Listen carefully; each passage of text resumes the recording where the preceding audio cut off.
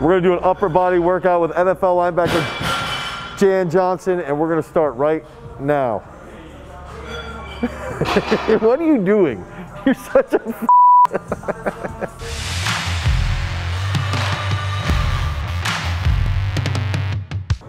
be worse.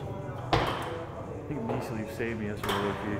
Because it's never really my quads that hurt, it's always like the bottom of the knee. Yeah, like my patella.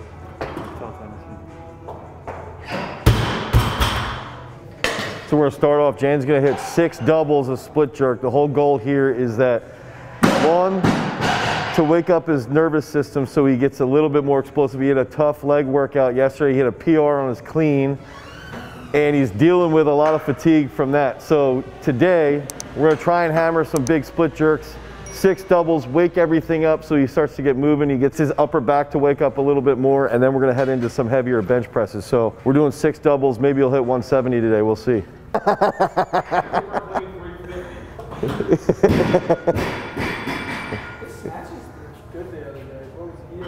110 for you. That's pretty good for someone who has no idea how to fucking snatch. He snatches at Metcon.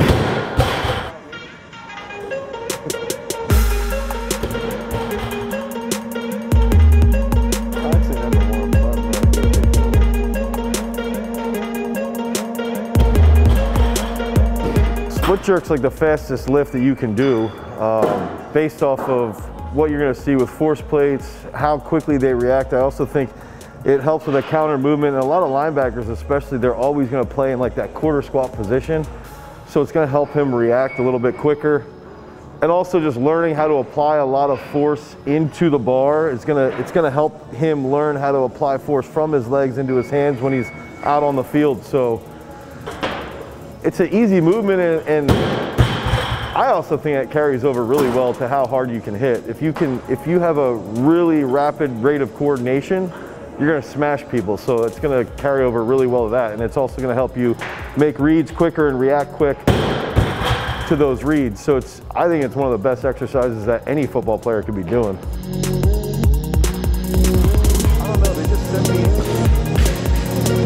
I guess I could look at the, I can see the tracking on it. They said free though, I don't know if there is.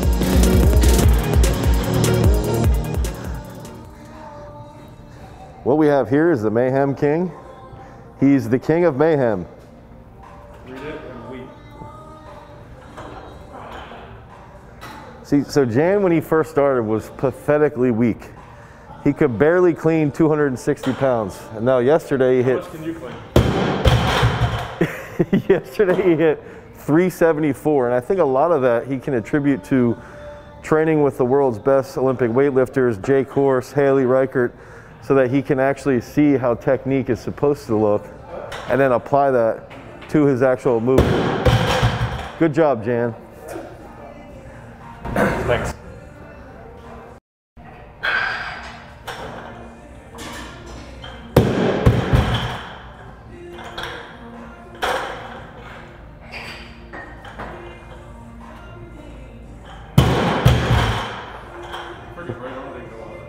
You're a little forward when you dipped. What are we doing? 150.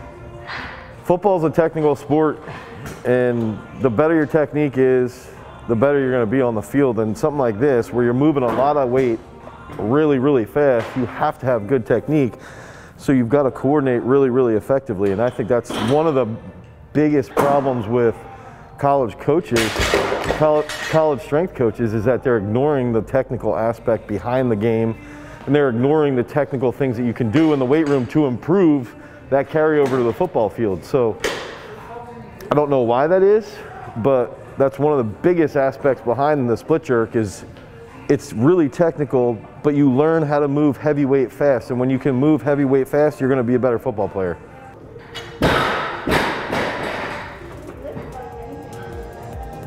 70, Macy.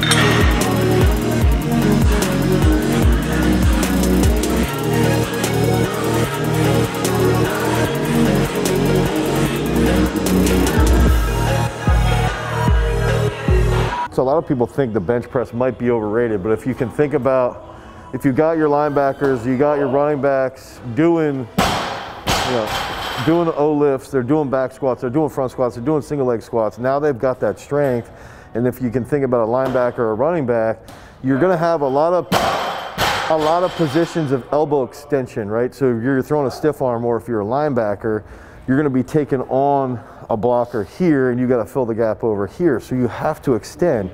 So you've got to be strong in your tricep. Your shoulder has to be strong. Your pec has to be strong. That's where the bench press comes into play, is that now you're taking on a fullback. You can manipulate them here and then still try to make the play and trip somebody up with your opposite arm. And so that's where the bench does actually have a really positive carryover. 4, Janny.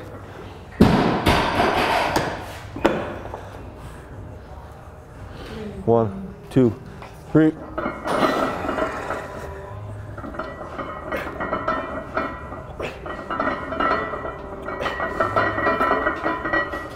Good.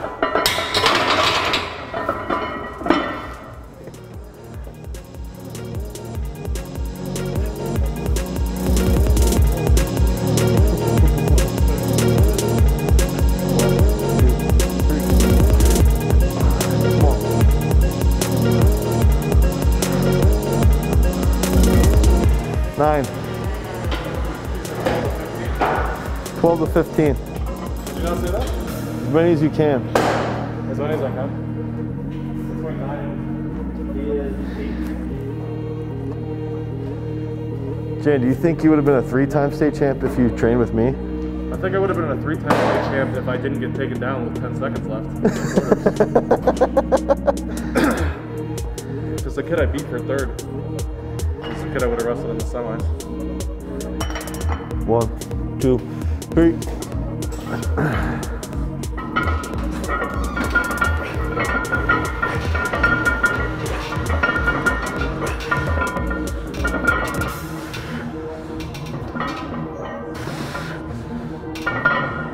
One more. Up. That's good.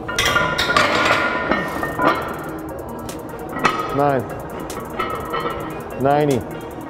9 or 9. Yo, get a 50 kettlebell. Now we're gonna get into dips, and again, this is something where we gotta keep building with him. Is like, if we can think about dips as developing the size of the tricep, developing the size of the pec, and how well it carries over. So he's, Jan specifically is lacking a little bit with that tricep strength. And if we can just continue to keep developing it, get a ton of volume behind it over time, the dips are gonna carry over tremendously well to his bench press and also to the field. So we're gonna hit dips, and we're supersetting that with an exercise that we call the duff and row.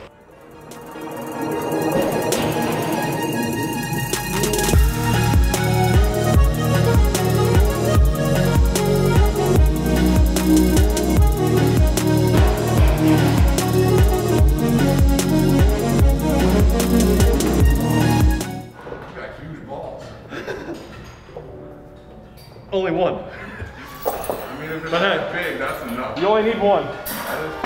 That's true. You wouldn't even know. Yours don't work. Clearly they do. Clearly they don't, because you No, that's false, because that's what I had my twins. after you had the shot. Yes, this is an exercise for anti-rotation. So one of the hardest parts about duff and row, see how hard it is to balance his legs. This is tough. It's an anti-rotation movement. We're trying to coordinate his trunk with his lats. So he's got to squeeze his trunk while he's holding that back leg linear, which can also lead to an improvement in his sprinting capability. So we're actually utilizing an exercise that's going to help with anti-rotation if it's executed really well, and it's going to help with his sprinting capability, and it's also going to show us which side has really got some issues or leaks from a power development perspective. That's hard. One of the best lat exercises that you can do right there. So the other aspect we got to think about is when we're talking about fiber type. If you're thinking about fiber typing, triceps are predominantly faster twitch. The biceps are going to be a little bit slower twitch. Pecs are going to be predominantly faster twitch. So that's the big key factor with with extending for, you know, for a stiff arm or for moving an opponent, or if you're doing pass pro, if you're a lineman, training dips, training bench, and also training them explosively, dynamically. That's where training the triceps to move as fast as possible, and then utilizing, you know, an exercise like the split jerk to wake up your nervous system. Now that's going to transfer over really well to firing and recruiting those high threshold motor units. So you're trying, when you're executing the dips, you've got to do something heavier with the intent of moving fast, and then we can train them at the end of the workout to even do a little bit higher volume while we're still focusing on speed.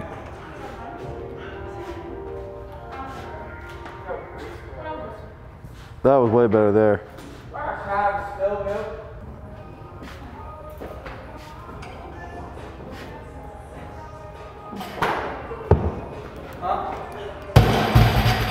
50 for 12.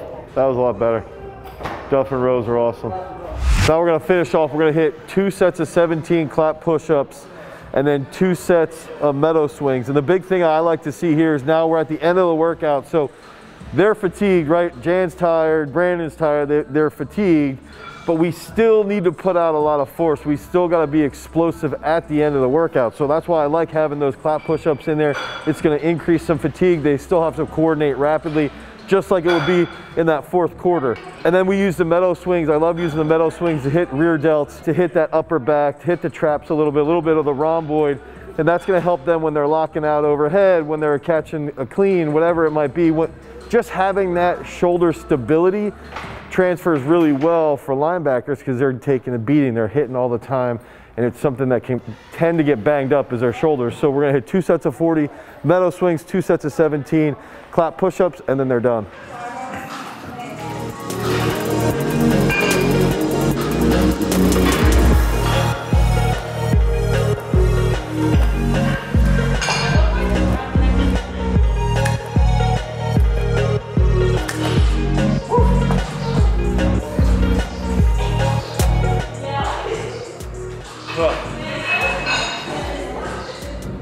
What's your favorite part about clap push-ups? My favorite part is when I'm done with them.